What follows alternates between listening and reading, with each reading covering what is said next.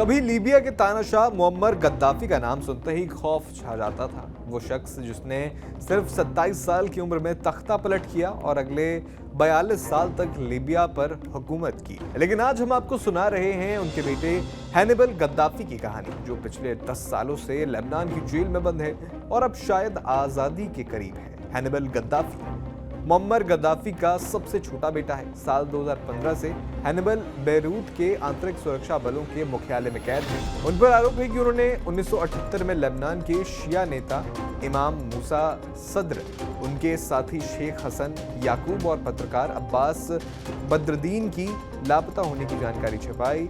लेकिन हैनिबल का कहना है, जब ये सब हुआ तब मैं तो बस 3 साल का था। एक बच्चा क्या जान सकता है और ये भी क्या बता सकता है कि इमाम कहाँ है। ये मामला अब भी रहस्य से घिरा हुआ है। इमाम मूसा सद्र, जो अमाल मूवमेंट के संस्थापकों में से एक थे, 1978 में लीबिया के दौरे पर गए थे और वहीं गायब हो गए।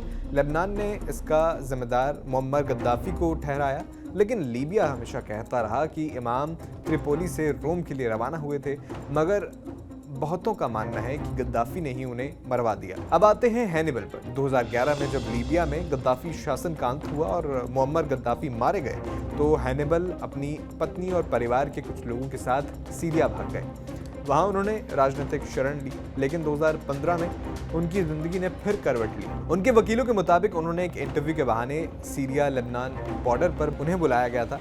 वहां एक समूह ने उनका अपहरण कर लिया और उन्हें लेबनान ले गए। 11 दिसंबर 2015 को लेबनान की एक टीवी चैनल पर उनका वीडियो सामने आया।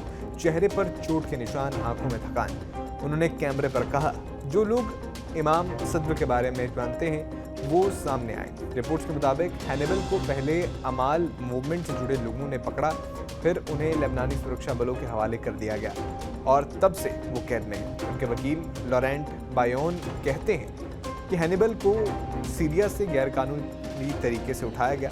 उनकी हिरासत अमानवीय है। 10 साल में सिर्फ एक बार मुलाकात की इजाज़त मिली। उनकी सेहत भी अब बिगड़ चुकी है। गंभीर निमोनिया और लिवर में सूजन से वो जूझ रहे हैं। हाल ही में पहली बार उन्हें जेल के बाहर रात बिताने की इजाज़त मिली, वो भी अस्पताल में। अब बात करते हैं उनकी रिहाई की कोशिशों की।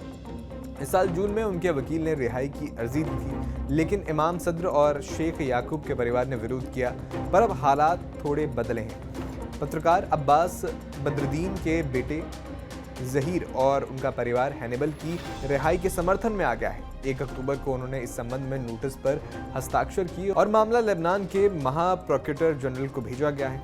उन्हें 24 घंटे में अपनी राय देनी होगी। वकील का कहना है कि 2017 के बाद से उन्हें जज हैनिबल से मिलने नहीं गया। सबूत भी पर्याप्त नहीं है, फिर भी वो 1 दशक से कैद है, सिर्फ इसलिए कि वो गद्दाफी का बेटा है। अब सवाल यह है कि क्या एक व्यक्ति को अपने पिता के गुनाहों की सजा मिलनी चाहिए? क्या वो बस एक राजनीतिक खेल का मोहरा है जो इतिहास की साजिशों में फंसा है? पूरे मामले पर आपका क्या कहना है? हमें कमेंट बॉक्स में जरूर बताएं।